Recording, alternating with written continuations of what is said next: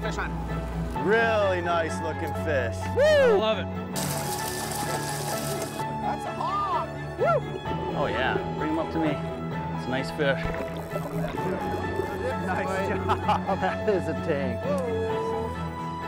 Nice job, you two. Lund Boats proudly presents the ultimate fishing experience. This week on Lund's The Ultimate Fishing Experience. The big old Mississippi can bring anglers big old changes in fishing conditions. Springtime rising water levels often trigger a push of pre-spawn blue catfish upstream to stage ahead of spawning. As the last lock and dam on the river, the Melvin Price Dam near St. Louis, Missouri is a major barrier for blues coming upstream from as far down as Louisiana. This makes the dam well known for being loaded with staging pre-spawn monster-class blue cats. On this particular trip, Lund pros Jon, Jameson and Marty Gerloff witnessed the river rise 7 feet in just one day. When this happens, Jameson knows that catfish move out of the stronger current to avoid debris and hang tight behind trees or dikes. The active tactic of bumping allows anglers to adapt to these conditions to find and catch active cats. However, even with such a unique tactic, Jon might also need a little luck to succeed. Come on, turkey foot. Good morning, my name's Jon Jameson. I'm gonna be fishing today near St. Louis with my good friend Marty Gerloff, a fellow Lund Pro staffer. We're gonna go out and try to target some big blue cat on the Mississippi River, and got a little bit of weather coming in, so we'll be in and out of rain showers, but hopefully we have a great day. Let's go get them. We're gonna go out and bump a little bit on a famous blue cat fishery where the former world record was caught. We're gonna be dealing with some rain today. A lot of showers. The river's gonna rise about 7 foot today. We're gonna go out and bump, fish with some skipjack herring, see what we can put in the boat. Yeah, I think it'll be a good day. I really do. We'll see some big fish in the boat. I think so, 100%. Marty. You know, this is one of my favorite fisheries to come to. There's so many big fish caught over here.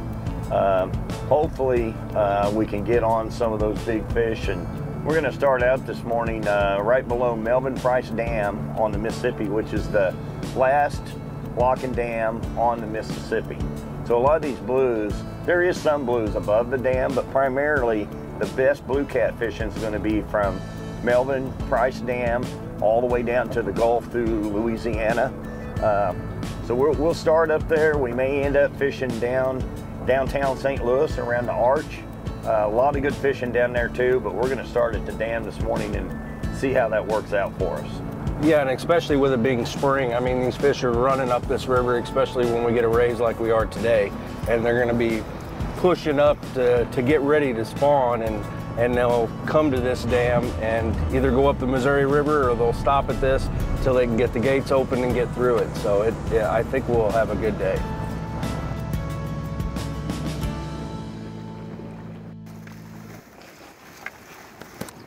Oh yeah. Fish on. Good job, Marty. Oh yeah. Nice fish. Mississippi River blue. Oh, yes. Put a little smaller bait on. Maybe that's what we need to do. We've had several fish that's bit, that's came off. Marty's made his bait a little bit smaller to help. He's staying down good. Yeah, he is. Oh yeah. Go back there a ways. I'll come to your side, Jon. Okay.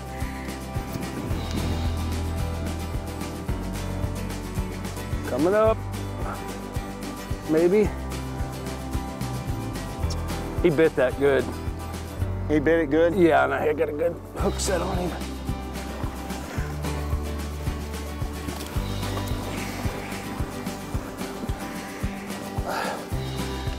Nice Mississippi River. Fair and healthy.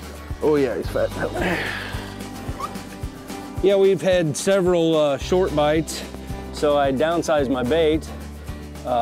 We had a couple bites up above. They would just come in and we had long fillets on. So I shortened them up. I had fillets about that long, so I shortened them in half. And this fish came in and he ate it good. I got a good hook set, and it was a good fight. This is our first fish in the boat today. We've had 5 or 6 bites that come in, start loading the pole. We'll get them hooked for just a minute, and then they pop off.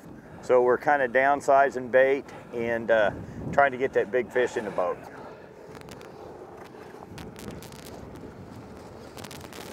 Let's go get another one. So we came out here this morning, we struggled a little bit between rain showers and fish grabbing a hold of bait, not hanging on to it real good. But one of the things we try to do, if you look at the screen here, we got bit at that waypoint, this waypoint, that waypoint. We had a couple more further up, but we'll try to set those waypoints. That will establish our drift line. So now we can go back, we'll make that same drift again. Hopefully them fish will stay there. It helps us hone in on where the fish really are. Marty, I'm gonna go ahead and deploy the trolling motor. We'll start off on this drift again. When we start these drifts, one of the things we do to help control the boat, we turn on the autopilot, and that'll help us stay on that drift line so we're not correcting the boat as much. And it just helps the overall ability to stay on your former drift line. You can see that water rolling over right there. That's a dike, a man-made rock structure that runs out into the river, and that channels that water. And a lot of times these fish will be relating to the end of those dikes. So we're kind of clipping the end of these dikes as we drift through here. Usually rock and trees pile up and things get hung on the end of it that the fish really like. But we're right on the seam. You can see the slow water right there, yeah. and the trash is moving right along it, so. Yeah, you follow that trash line on these rivers, that's where a lot of times you've got your current seams, and that's where your fish will be because it's pulling food to them. We'll make a drift through here and see. Closed captioning is brought to you by Mercury Marine. Go boldly.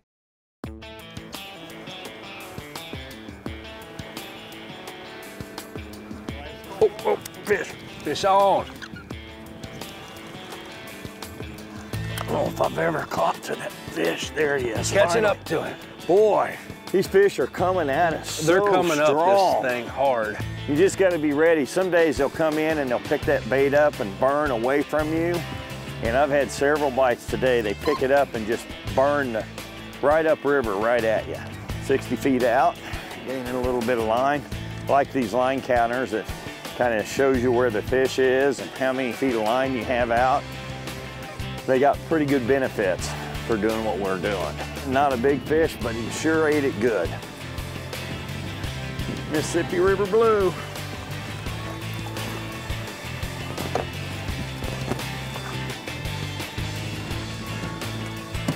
That little of a fish, if he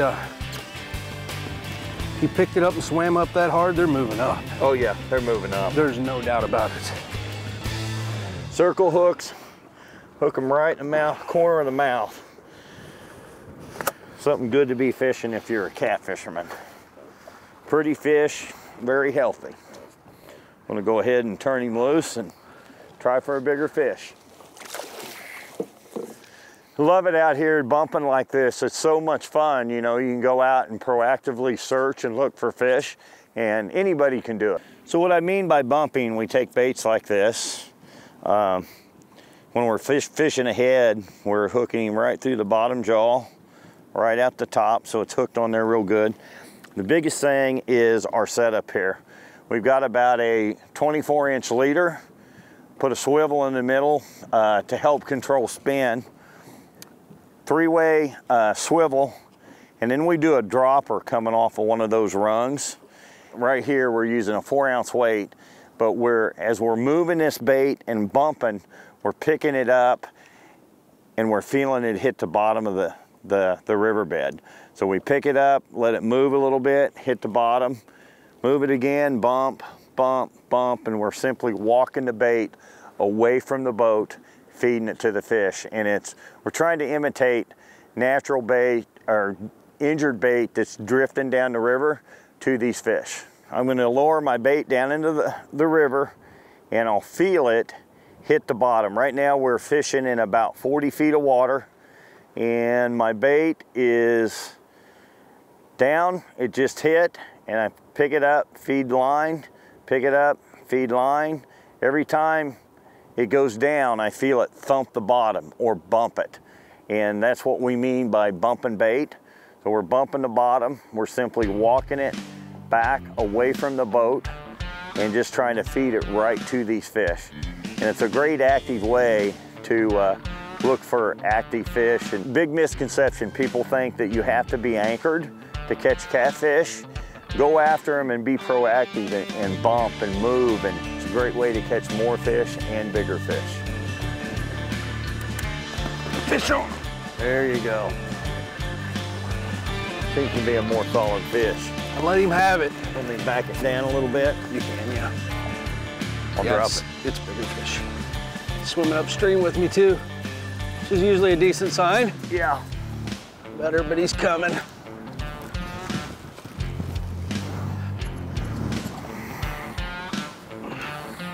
Pretty decent fish. Oh yeah. Good fish. Decent fish. Back. Good job, Marty. Job done. Another nice fish. We switched up our tactic, switched to the other side of the river. We got a little softer current over here, and we're marking a lot more fish. And we've caught, this is our second fish on this, I don't know, probably quarter mile stretch here. Mile, yeah. Nice fish, 20 pounds. Came in and bit it good. So maybe the bite's picking up, and hopefully we get a little bigger fish. We're gonna release this fish so he'll grow into a 100-pounder someday.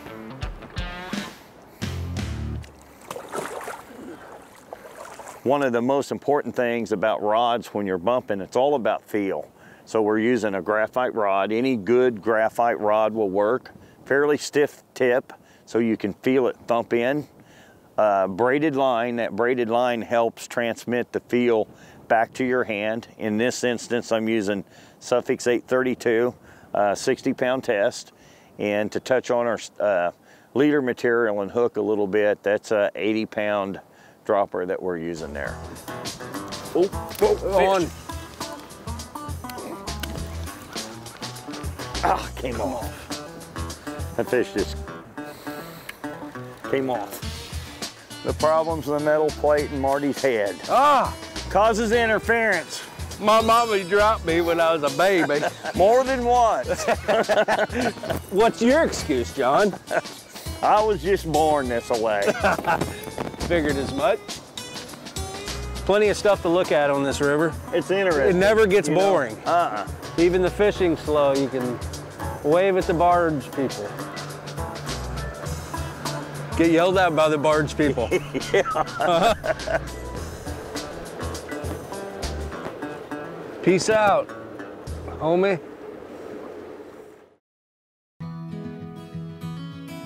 Today, the bite's a little slower. There's kind of short biting. So we'll normally, we'll do a fillet, which I'll show you here, like this. We'll fillet it down the back. I like to fillet just one side, leave the bone in on the other. The bone can bleed out a lot, and then I'll cut the gut pocket out like this one, and I'll take that fillet, this fillet and this gut pocket, and I'll hook them on together. I started off with long fillets. Some of them were even longer than this one. But here, since the bite's been short, I'll cut them in half. And basically that'll keep the fish, when he goes up to grab the bait, he'll get the hook. Instead of just grabbing the bait and ripping it off and we don't get a hook up. I just got 8. Ah.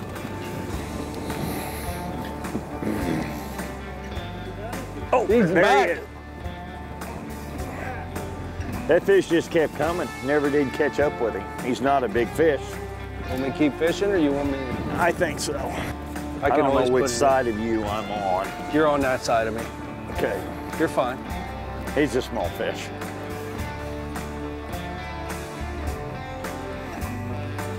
Another small fish, Marty. Yeah. I think, you know, the way this weather's been today, we set through a lot of rain showers and hit and miss and a lot of wind. Hopefully some better weather. Yeah, the weather today's been Rained all pretty morning. tough. But we're out here gonna give her another shot. What do you think, Marty? Let's catch a big one. You know, I've been fishing a Lund Pro Guide. I believe this is my third one. It fits my needs very well. I've got my electronics at my command center right beside me, my trolling motor on the front. I'm actually using the Ulterra. I never even have to get out of my seat. We're bumping, and sometimes we're bumping with the big motor, sometimes we're bumping with the trolling motor.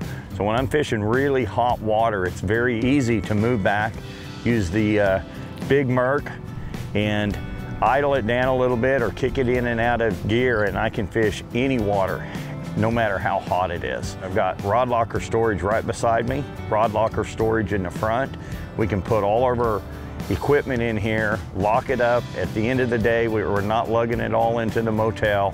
I'd also like to mention the sport track on these boats. I've got all my rod holders in it, our cutting boards. We're not drilling any holes. Everything is right at our fingertips, so we can move stuff around. The sport track is just such an awesome addition to this boat. The big tiller I'm fishing, it's a 250 4-stroke. On tournament day, we can get up and run with any boat on the water. It's very, very responsive. I've also even put on a jack plate, not for speed, but I put it on when we're fishing really shallow mud flats or sandbars. I can raise that motor up, get me clear, and even pulling into boat ramps and stuff, loading a boat. Just a terrific boat. I cannot say enough about it. You know, as a fisherman, we're kind of a superstitious lot. We've had a little bit of bad luck the last few days. So, you know, we're always trying to look to change our luck, and most fishermen's got a good luck charm. Old Marty here happens to be a farmer. He's my good luck charm, not just Marty as a whole. If you remove this, you see right here, that's the good luck turkey foot. If you rub that a little bit, that'll change the whole attitude of this boat. We're gonna catch a fish. And it's gonna be a big one. Oh my God. Come on, turkey foot. Oh, turkey foot. Might start a new thing.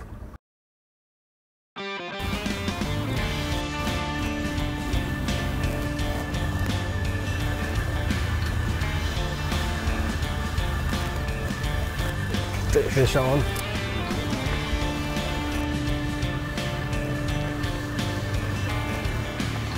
Good job, John. Thank you. It's around that tree. Boy, he's running upriver fast. Coming right at us. Get some bigger fish. I don't know.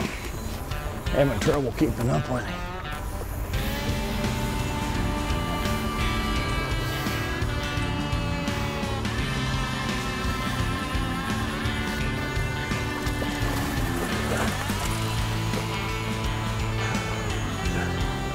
Good job. I gotta admit it, the old turkey foot worked for us again.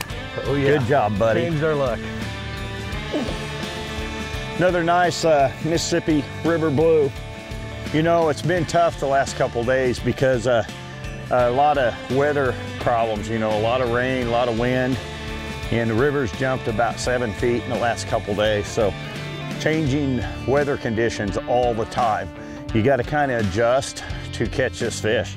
This particular fish came right out of a treetop. I felt that bait rubbing alongside the tree, came out and ate it. So today they're really tight to structure and out of some of that current. Let's get this fish back in the water and go get another one, Marty.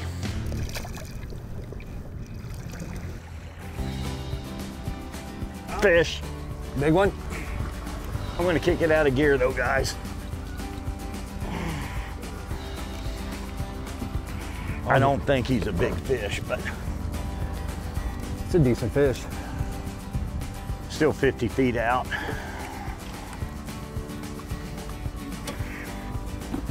Is this 20 feet. similar. Nice job, John. Thank you.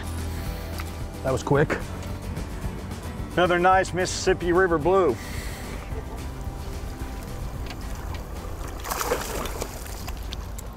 Okay, so we changed tactics a little bit.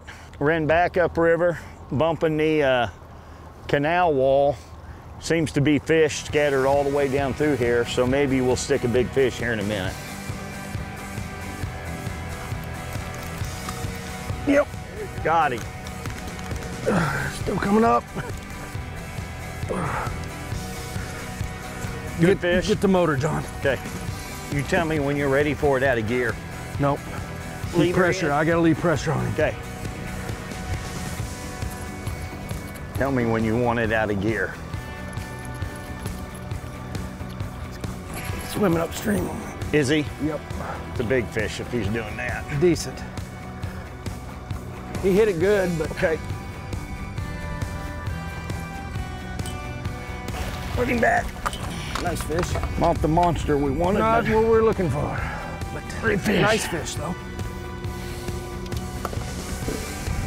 So we caught this one bumping right by the dam, and there's a big drop where it drops off about, it goes from about 30 down into 50, and we call that the hog trough. And a lot of times we'll catch nice fish, 40 to 80 pounds in that drop right after it drops. This fish bit, and I got pretty excited about it. Had a big bait on, but you know, 20-pound fish, they'll still eat them big baits, won't they, John? Oh yeah, absolutely. Nice fish, Marty. Thank you.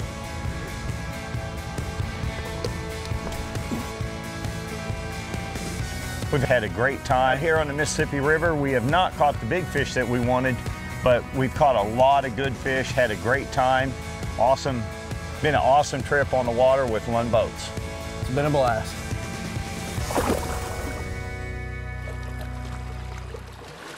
Thanks for joining us. If you'd like more information, check out lundboats.com or these other online outlets.